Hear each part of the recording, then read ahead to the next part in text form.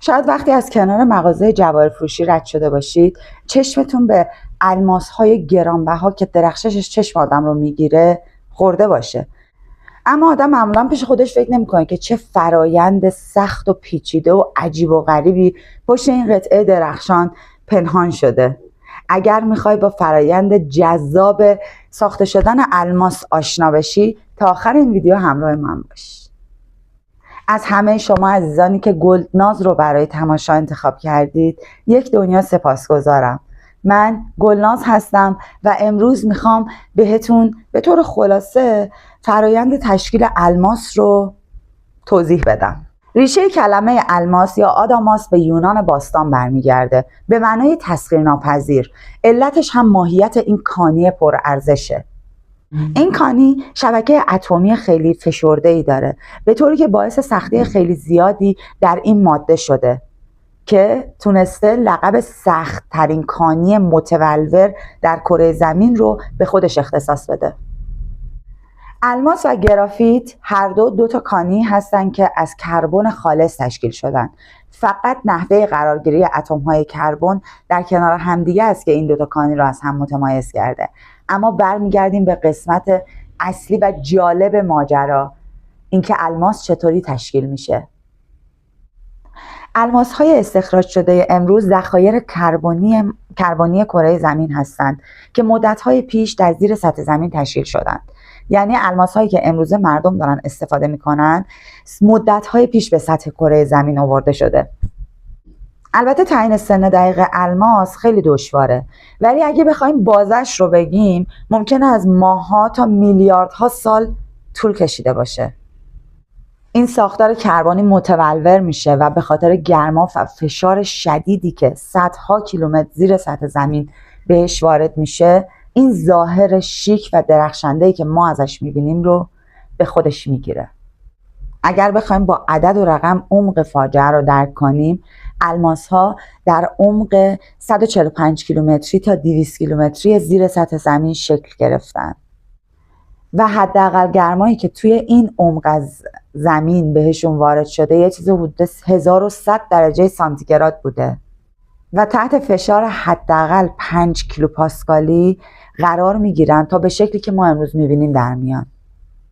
نکته وحشتناکترش این وسط میدونید چیه؟ اینکه این اعدادی که براتون گفتم اگر به هر علتی تغییر کنه یا مختل بشه فرایند این سنگ قیمتی کامل متوقف میشه، فرایند رشدش متوقف میشه و این سنگ قیمتی باید صدها، میلیونها و یا حتی میلیاردها سال منتظر بمونه تا دوباره شرایط رشد براش مهیا بشه. و اگر هیچ وقت این شرایط که برای فشار و دما وجود داره برای رشد الماس مهیا نشه، الماس قیمتی ما رشدش متوقف میشه و هیچ وقت نمیتونه فرایند رشدش رو کامل کنه. حالا اگه بخواید بیشتر وارد جزئیات میشیم و میبینیم که 6 فرایند اصلی برای تشکیل الماس وجود داره. تشکیل الماس در گوشت زمین. زمین شناسان بر این باورند که حدود 100% از الماس هایی که در معادن الماس امروزه یافت میشه در گوشت بالایی سطح کره زمین تشکیل شده و فوران آتشفشان هایی که منبع عمیق دارن اونا رو به سطح زمین کشونده. این فوران آتشفشان ها لوله هایی به اسم کیمبرلایت و لامپولایت رو ایجاد میکنن که سنگ های با ارزشی که الماس ها توشون یافت میشن توی این لوله ها. گفته میشه در صورتی فقط نزدیک این آتشفشان ها معدن زده میشه که زمین شناسا تشخیص بدن که توی این لوله ها مقادیر زیادی الماس وجود داره. 2. تشکیل الماس در مناطق فرورانش.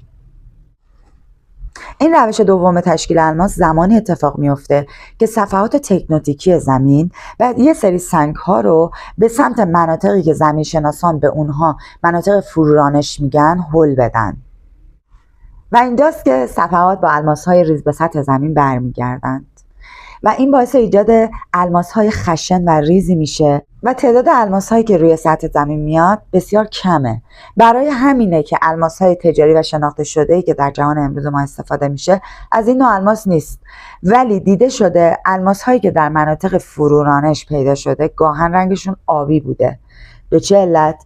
چون بعضی از الماس‌هایی که در مناطق فرورانش یافت شده پوسته اقیانوسی داشتن. 3. تشکیل الماس در سایت‌های ضربه. حقیقت اینه که زمین در طول تاریخ خودش 1 یا 2 بار در معرض ضربه از سیارک‌های بزرگ قرار گرفته و این باعث چندین اتفاق مهم روی کره زمین افتاده. وقتی که یک سیارک با کره زمین برخورد میکنه فشار و دمای بالایی تولید میشه. دقیقاً 2 تا پارامتری که برای تولید الماس نیازه. سنگ‌هایی که از این طریق به وجود اومدن رو میشه در چند نقطه از کره زمین مشاهده کرد. 2 مورد از محبوب ترینشون دهانه پوپیگا در سیبری روسیه و دهانه شهاب سنگ در آریزونای آمریکاست. 4. تشکیل الماس در فضا. محققان ناسا در سالهای اخیر مقادیر زیادی از نانو الماس ها رو در شهاب سنگ ها یافت کردند، اما متاسفانه اندازه اونها برای استفاده از جواهرات یا ساینده های صنعتی خیلی کوچیکه، ولی همچنان یک کشف خیلی جالب به حساب میاد. یکی از معروفترین شهاب سنگ هایی که توش الماس یافت شده شهاب سنگ آلن هیلزه که همین یه شهاب سنگ به تنهایی و اخترشناسان کاملا ثابت کرده که الماس های فضایی وجود دارند. 5 و 6 روش های ساخت الماس های آزمایشگاهی HPHT و CVD. شاید تعجب کنید ولی الماس های آزمایشگاهی و دستاس کاملا واقعی‌اند. همونجوری که براتون توی ویدیو قبلی راجع به الماس یادبود یک ویدیو ساختم، خاطرتون هست؟ مهمترین خوبی الماس های آزمایشگاهی اینه که اونا رو میتونید در عرض چند هفته درستش کنی و دیگه برای حالا تشکیل شدن به میلیون ها سال یا میلیاردها سال زمان نیاز ندارند. البته این روش 0 تا 100 الماس رو درست نمیکنه، یعنی باید توی مواد اولیه‌اش مقادیر کمی از الماس طبیعی هم وجود داشته باشه. محققان مطالعات زیادی روی روش‌های طبیعی ساخته شدن الماس انجام دادن تا بالاخره بتونن شرایط مشابه و مصنوعی تشکیل الماس رو ایجاد کنن و بتونن به طور مصنوعی و به هدفشون که تشکیل الماس بود، درست کردن الماس بود، برسن و با ایجاد شرایط مشابه و مصنوعی به هدف اصلیشون که ساختن الماس بود دست پیدا کنن و واقعا هم موفق شدن. در دهه 1950 دانشمندان از گرما و فشار شدیدی که برای تشکیل الماس قابل استفاده است تو آزمایشگاهشون استفاده کردند و قدیمی ترین سنگ هایی که تو آزمایشگاه ها تشکیل شدند از کیفیت گوهری پایینی برخوردارند. با این حال با تکامل تکنولوژی مهندسان تونستن یک الماس کامل و خالص رو تو آزمایشگاهشون تولید کنند. اولین روشی که دانشمندان از طریق اون تونستن به یک الماس کامل و خالص دست پیدا کنند HPHT بوده.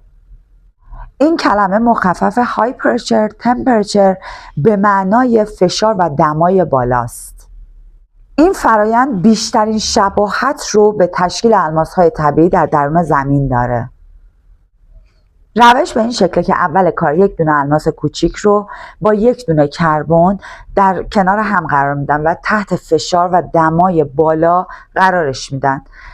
وقتی دونه کربن ذوب میشه، دونه های الماس در کنار اون الماس کوچیک شکل میگیره. در مرحله بعد ماده جدید رو قبل از برش صیقلش میدن و به همون شکل میذارن خنک بشه تا یک شکل الماس کامل و طبیعی رو بگیره.